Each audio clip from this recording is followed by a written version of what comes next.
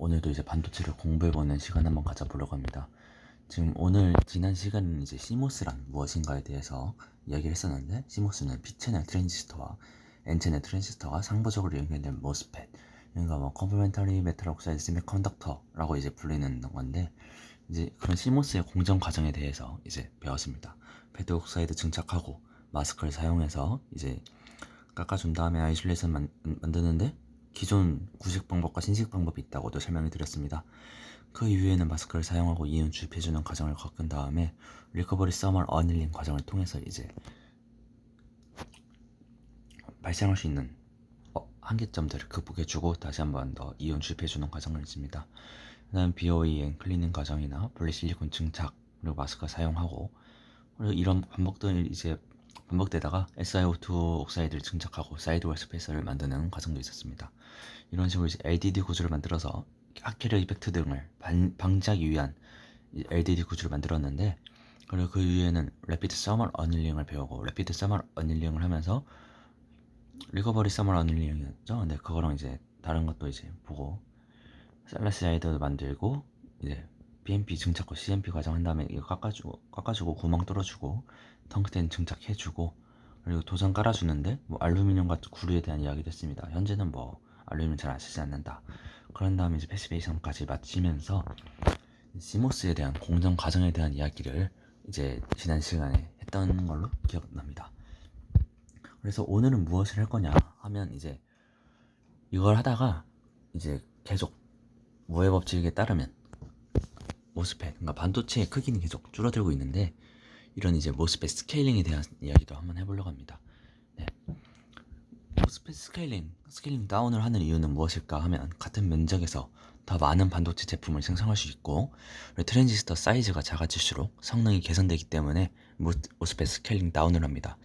하지만 스케일링 다운을 하다 보면 이제 발생되는 문제점이 있습니다.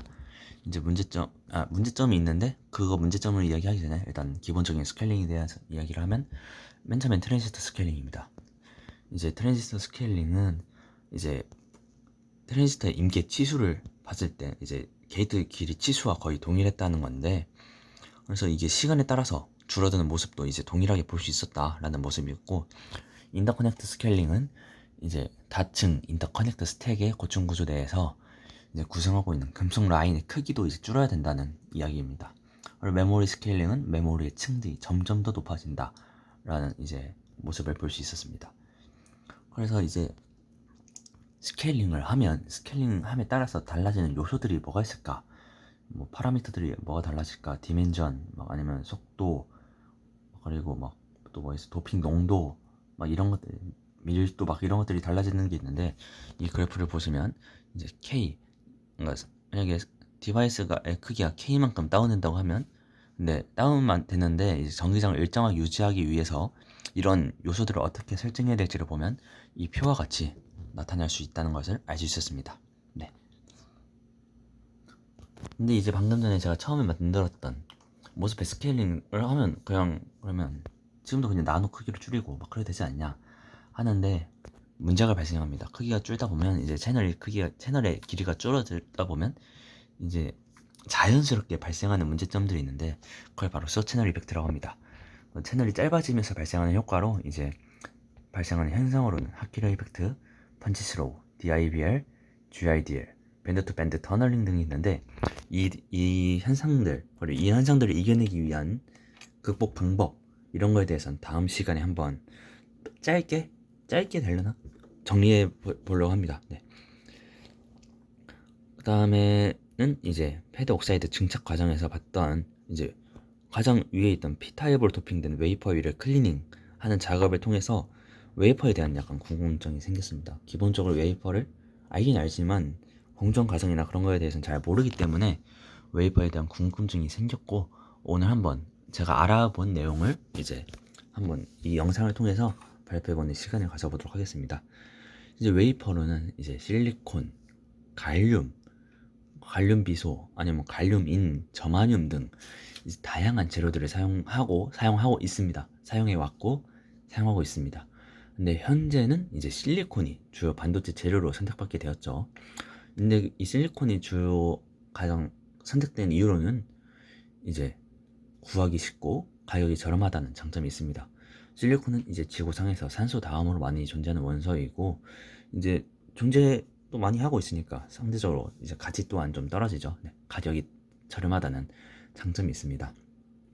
그리고 또 물성, 온도에 따른 동작 범위, 녹는 점 등에도 여러 가지 메리트가 있는데 이제 기존엔 저마늄도 사용했었는데 저마늄이 전력 특성은 더 좋지만 녹는 점이나 동작 온도 등이 이제 좋지 않아서 이제 반도체 공정을 하다 보면 고온에서 진행할 때는데 이 공정을 견디지 못하고 저마늄이 녹아버리는 일도 발생했다고 합니다. 그래서 뭐 이 실리콘과 규소가 뭐 밴드갭 특성으로 이런 뭐 다양한 장점이 있고 패시베이션 레이어를 형성하기 쉽다는 이제 장점도 있고 그래서 뭐 이런 장점도 있는데 근데 현재는 이제 화합물 반도체인 갈륨인이나 갈륨 비소가 사용되는 경우도 있는데 갈륨 비소는 규소에 비해서 전자 이동도가 6배 정도 빠르고 밴드갭도 갈륨 비소가 더 유리한 걸로 알려져 있는데 갈륨 비소를 안 쓰는 이유는 가격입니다. 가격이고 또 웨이퍼를 만드는 크기나 막 그 사각 막 그런 이야기도 나오고 막 그러더라고요. 네. 그 이후에는 이제 웨이퍼 제조 공정에 대해서 알아봤습니다. 이제 이렇게 이제 실리콘 기둥을 이제 실리콘 용액을 만든 다음에 이거를 성장시켜서 굳히는 걸로 만들어진 것을 이제 실리콘 기둥을 인곳이라고 합니다. 인곳을 시작하는 공법으로는 초콜릿스키 공법과 플로팅 종 공법이 있는데 위의 공법이 초콜릿스키 공법으로 다결정의 실리콘을 고열로 녹여서 액체 상태로 만든 뒤 단결정 실리콘을 접촉시켜서 인곳을 성장시키는 방법입니다. 고체 단결정 실리콘과 액체 실리콘 사이 접촉면에서 냉각이 일어나서 단결정 실리콘과 같은 형태의 단결정 인곳이 성장됩니다. 그리고 그 밑에 있는 사진은 이제 플로팅 종 공법의 사진인데 다결정 실리콘 주입봉을 사용해서 주입봉이 회전하면서 하단 부분이 녹아 액체 상태로 변하는데 이 성장하고자 하는 단결정 실리콘을 아래서부터 올려주면서 이제 액체 상태의 실리콘과 접촉하도록 하고 이 상태에서 시드를 다시 내려주면서 이런 과정을 더 계속 반복하면서 성장시키는 방법입니다. 이제 이런 식으로 인곳을 만들었습니다.